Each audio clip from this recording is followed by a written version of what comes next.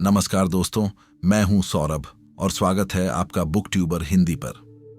12 साल का एक राजकुमार था, एक ऐसा लड़का जिसके कंधों पर पूरे राज्य का भविष्य था, जिसकी आंखों में हजारों लोगों की उम्मीदें थीं। लेकिन राजा, जो खुद एक समझदार इंसान था, वो जानता था कि असली ताकत महलों की मखमली दीवारों में नहीं, बल्कि मन के सन्नाटे में पैदा होती है। उसने अपने बेटे को राजमहल की सुख सुविधाओं और चापलूसी से दूर एक ज़ेन मास्टर के आश्रम में भेज दिया, मार्शल आर्ट्स, तीरंदाजी और सबसे बढ़कर खुद पर काबू पाने की कला सीखने। वहां पहुंचकर राजकुमार की पहचान मिट गई। वो अब राजकुमार नहीं, बस एक शिष्य था।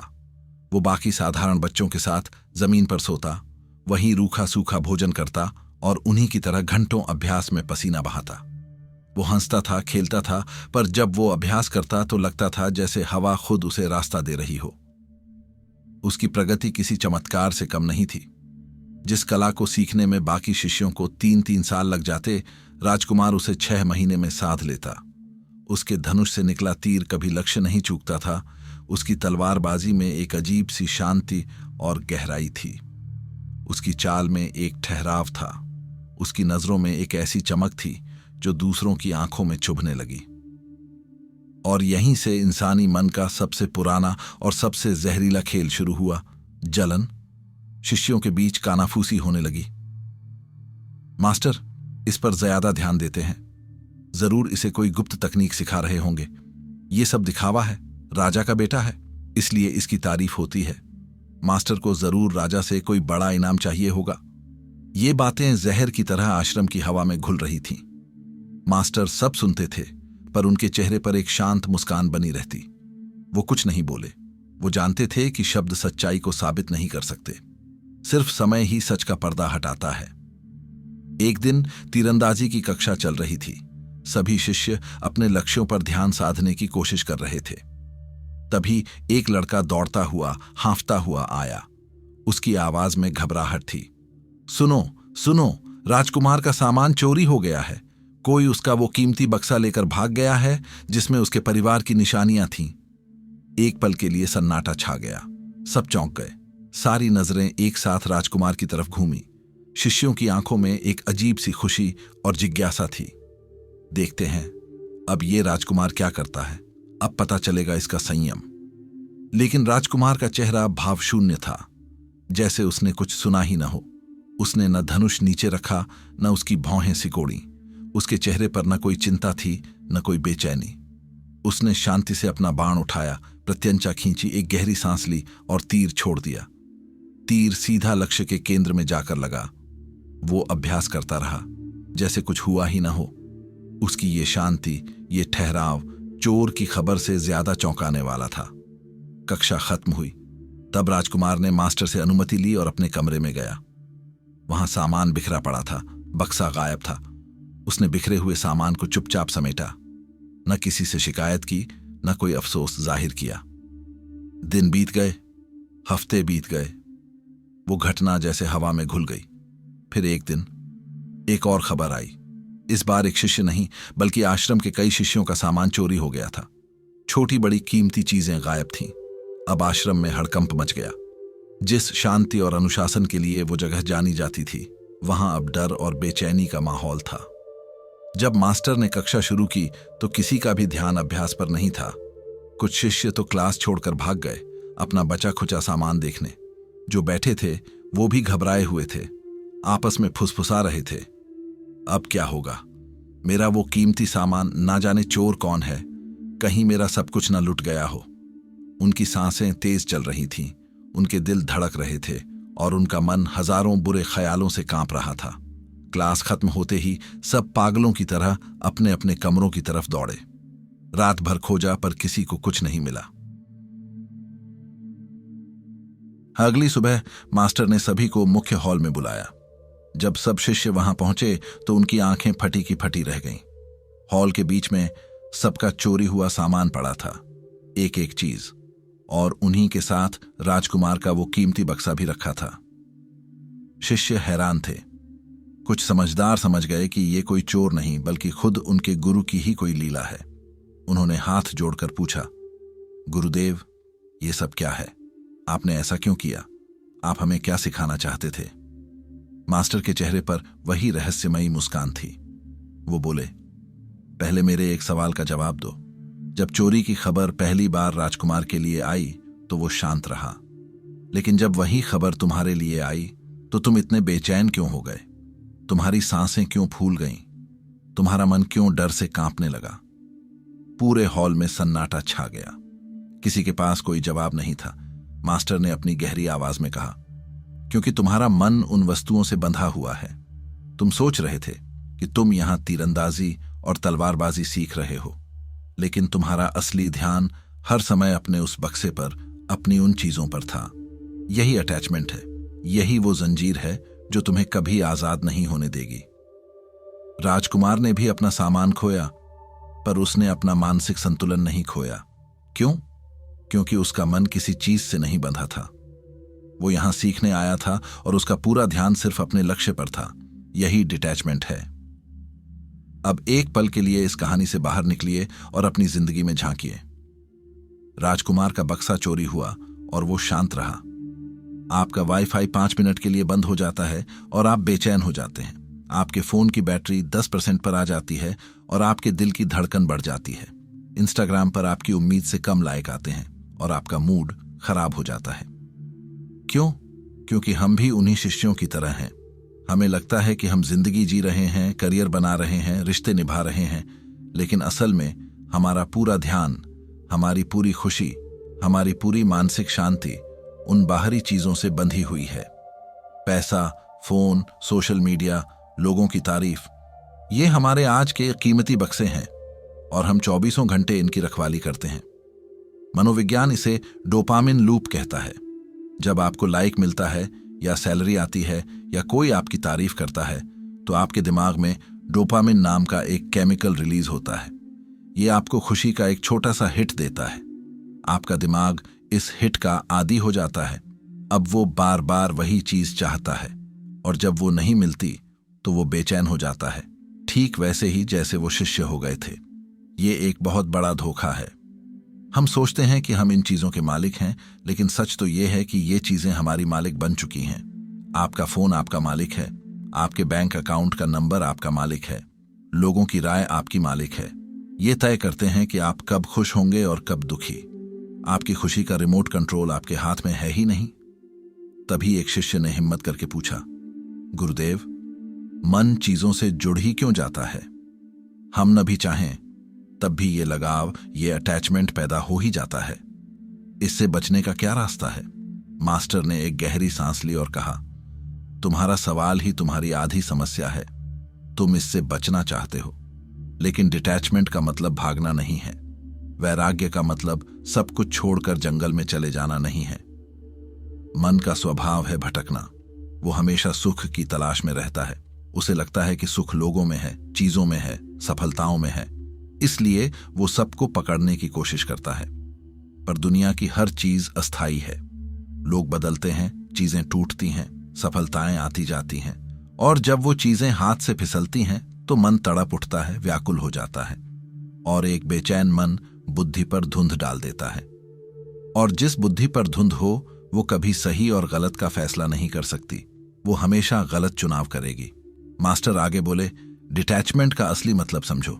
डिटैचमेंट का मतलब है अपनी ऊर्जा, अपना पूरा ध्यान, अपनी पूरी ताकत किसी काम में लगा देना और फिर उसके परिणाम से खुद को अलग कर लेना। यही दुनिया का सबसे ऊंचा अनुशासन है। हम जब भी वैराग्य या डिटैचमेंट शब्द सुनते हैं तो हमारे दिमाग में एक साधु सन्यासी की तस्वीर आती है जो सब कुछ छोड़ चुका है। यह सबसे बड़ी गलतफहमी है। असली डिटैचमेंट एक सुपर पावर है। ये कायरों का नहीं, योद्धाओं का गुण है।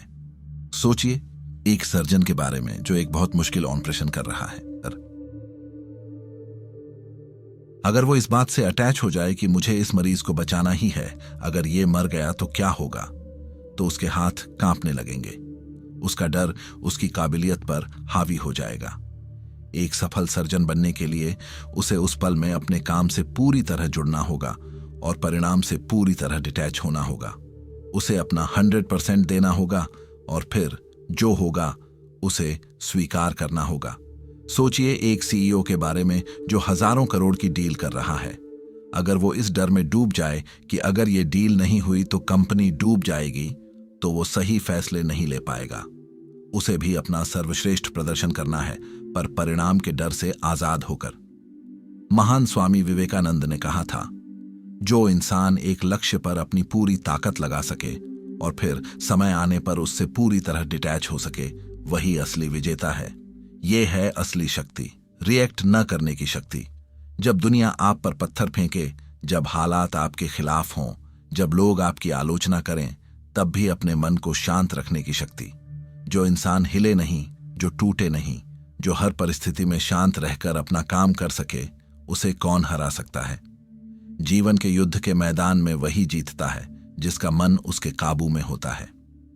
मास्टर ने राजकुमार की तरफ इशारा करके कहा, इसे देखो। इसने चोरी की खबर सुनी, पर इसका मन विचलित नहीं हुआ। क्यों? क्योंकि यह अपनी चेतना को साध चुका है। जब यह तीर चला रहा था तो इसका पूरा अस्तित्व बस उस तीर और लक्ष्य में समा गया था। उस पल में इसके लिए उस बक्से का कोई मतलब नहीं था। यही ध्यान है, यही असली वैराग्य है। हजारों साल पहले रोम के एक महान सम्राट मार्कस ऑरेलियस, जो एक दार्शनिक भी थे, ने अपनी डायरी में कुछ ऐसा लिखा जो आज भी उतना ही सच है। उन्होंने लिखा, तुम्हारी शक्ति बाहरी घटनाओं पर नहीं, बल्कि तुम्हारे अपने मन पर है। इस बात को समझ लो और तुम्हें ताकत मिल जाएगी। यह स्टोइक दर्शन का सार है और यही उस राजकुमार का रहस्य था। जिंदगी में दो तरह की चीजें होती हैं। 1, वो जो हमारे कंट्रोल में है। 2, वो जो हमारे कंट्रोल से बाहर है। आपका कर्म आपके कंट्रोल में है, पर उसका फल आपके कंट्रोल में नहीं है। आपकी मेहनत आपके कंट्रोल में है, पर सफलता आपके कंट्रोल में नहीं है। आपके शब्द आपके कंट्रोल में हैं, पर लोग उन्हें कैसे समझते हैं, ये आपके कंट्रोल में नहीं है। समस्या तब शुरू होती है जब हम अपना पूरा ध्यान, अपनी पूरी ऊर्जा उन चीजों पर लगा देते हैं जो हमारे कंट्रोल से बाहर हैं। हम फल के बारे में चिंता करते हैं, लोगों की राय के बारे में सोचते हैं, भविष्य के डर में जीते हैं, और जो हमारे हाथ में है, हमारा कर्म, हमारा वर्तमान, उसे हम भूल जाते हैं। राजकुमार ने यही किया। चोरी होना उसके कंट्रोल में नहीं था, लेकिन तीरंदाजी का अभ्यास करना उसके कंट्रोल में था। उसने अपनी पूरी ऊर्जा उस एक चीज पर लगाई जो उसके हाथ में थी। बाकी दुनिया को उसने अनदेखा कर दिया। और हम क्या करते हैं? कोई हमारे बारे में एक बुरा कमेंट लिख देता है और हम घंटों उसके बारे में सोचते रहते हैं। बॉस थोड़ा सख्त लहजे में बात कर लेता है और हमारा पूरा दिन बर्बाद हो जाता है। हम बाहरी घटनाओं को अपने अंदर की दुनिया को कंट्रोल करने की इजाजत दे देते हैं। हम रिएक्ट करते हैं और हमारा हर रिएक्शन हमें और कमजोर बनाता है। रिएक्ट न करने का मतलब बेवकूफ बनना नहीं है। इसका मतलब है सोच समझकर जवाब देना, न कि भावनाओं में बहकर प्रतिक्रिया देना।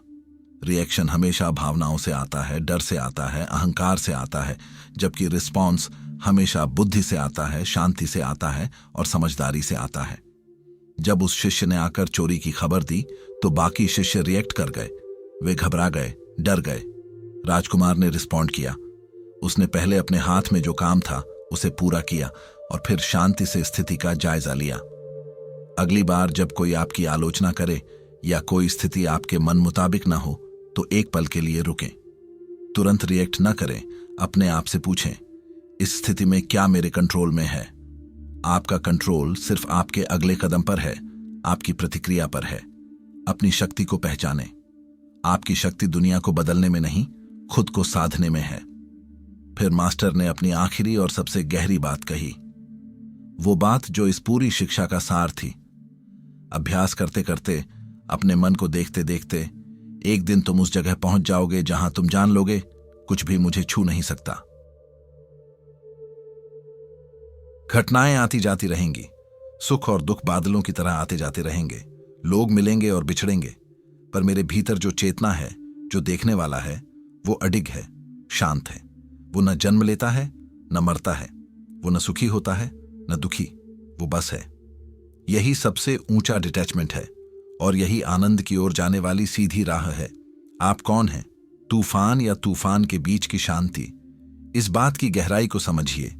आप वो नहीं हैं जो आप महसूस करते हैं। आप दुखी नहीं हैं, आप दुख को महसूस कर रहे हैं। आप गुस्से में नहीं हैं, आप गुस्से को महसूस कर रहे हैं। ये भावनाएं मौसम की तरह हैं, आती हैं और चली जाती हैं, लेकिन आप मौसम नहीं हैं।